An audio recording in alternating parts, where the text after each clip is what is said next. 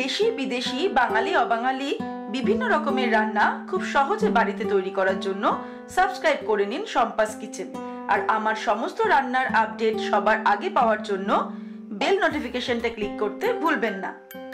নমস্কার, welcome to Shampa's kitchen. Shampa রান্নাঘরে আপনাদের সকলকে স্বাগত জানাই। আজকে আমি তৈরি করব দারুণ একটা স্ন্যাক্স রেসিপি, পনির অমলেট। অমলেট খেতে সকলেই ভালোবাসে, তবে আজকে আমি যে অমলেটটা তৈরি করব সেটা কিন্তু ডিম ছাড়া। কি মজার না? তাই চলুন দেখুন আমি কি করে ডিম ছাড়া পনির অমলেট তৈরি করছি।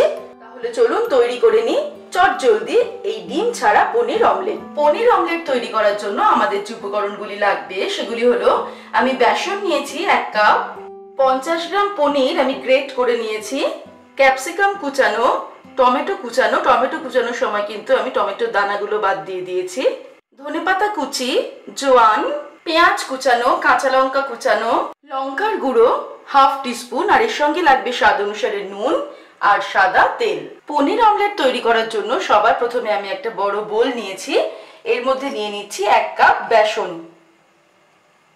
বেসনের মধ্যে আমি অ্যাড করছি 1/2 টিস্পুন লঙ্কার গুঁড়ো। লঙ্কার গুঁড়োর পরিমাণটা কিন্তু নিজেদের স্বাদ অনুসারে অ্যাড করবেন। এবারে দিচ্ছি 1/2 টিস্পুন হলুদ গুঁড়ো, নুন দেব 1/4 টিস্পুন আমি নুন দিলাম, আর 1/2 টিস্পুন জোয়ান দিলাম। অল্প অল্প জল অ্যাড করে আমি ব্যাটার তৈরি করছি, কারণ ব্যাটারটা কিন্তু খুব বেশি যাতে পাতলা না হয়ে যায় সেদিকে আমাদের খেয়াল রাখতে হবে। আর যদি পাতলা হয়ে যায় তাহলে কিন্তু আরেকটু বেসন অ্যাড করে নিতে হবে। ব্যাটারটা কিন্তু খুব বেশি পাতলা হয়নি, আপনারা দেখতেই পাচ্ছেন। এবার আমি এর মধ্যে অ্যাড করব পেঁয়াজ কুচানো, 1 টেবিল স্পুন আমি কুচানো পেঁয়াজ দিলাম, 1 টেবিল স্পুন দেব ক্যাপসিকাম কুচি, 1 টেবিল স্পুন দিচ্ছি টমেটো কুচি, 2টো কাঁচা লঙ্কা কুচি দিয়ে দেব, তবে ঝালটা কিন্তু নিজেদের স্বাদ অনুসারে। আর অ্যাড করব অল্প পরিমাণ ধনেপাতা। গ্রেট করা পনিরটা দিয়ে দিচ্ছি আমি 2 টেবিল স্পুন। ভালো করে এগুলোকে মিশিয়ে নিচ্ছি। আমাদের ব্যাটার তৈরির কাজ কমপ্লিট।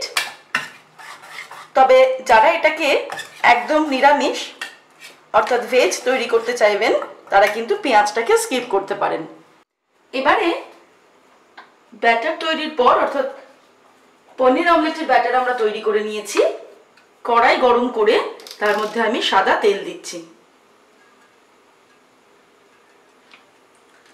2 টেবিল স্পুন মতো আমি তেল দিয়ে এটাকে ভালো করে কিন্তু ঘুরিয়ে নিলাম।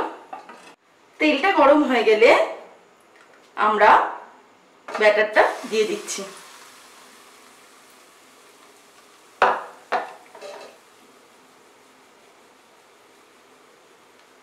এটাকে এইভাবে আমরা স্প্রেড করে দেব, দিয়ে মাঝারি আঁচে এটাকে হতে দেব। 1 মিনিট মতো মাঝারি আঁচে এটাকে আমি রান্না করলাম।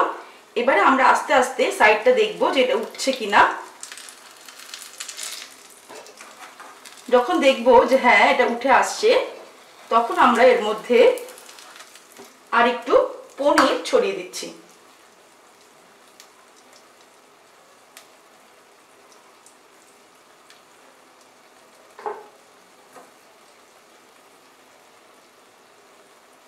পনির ছড়িয়ে দিলাম। এবারে খুব সাবধানে এটাকে আমরা উল্টে দেব।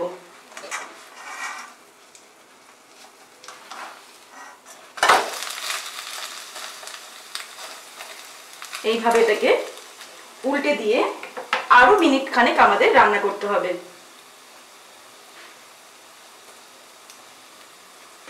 তবে আঁচটাকে কিন্তু বাড়াবো না, তাহলে কিন্তু পুড়ে যাওয়ার সম্ভাবনা থাকবে।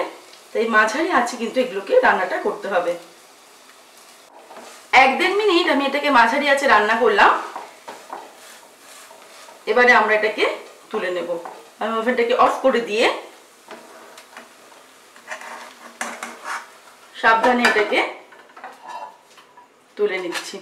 তৈরি হয়ে গেছে আমাদের আজকের রেসিপি পনির অমলেট। আপনারা দেখলেন আমি কত সহজে, কত চটজলদি, খুব কম ইনগ্রেডিয়েন্টস ব্যবহার করে দারুণ এই স্ন্যাক্স রেসিপিটা তৈরি করলাম। আমার রেসিপিটা ভালো লাগলে অবশ্যই রেসিপিটাকে লাইক করুন, শেয়ার করুন, আর নিত্য নতুন রেসিপির আপডেট পাওয়ার জন্য এক্ষুনি আমার চ্যানেলকে সাবস্ক্রাইব করে নিন। সুস্থ থাকবেন, ভালো থাকবেন। আমি আবার হাজির হব নতুন নতুন রেসিপির সঙ্গে। নমস্কার।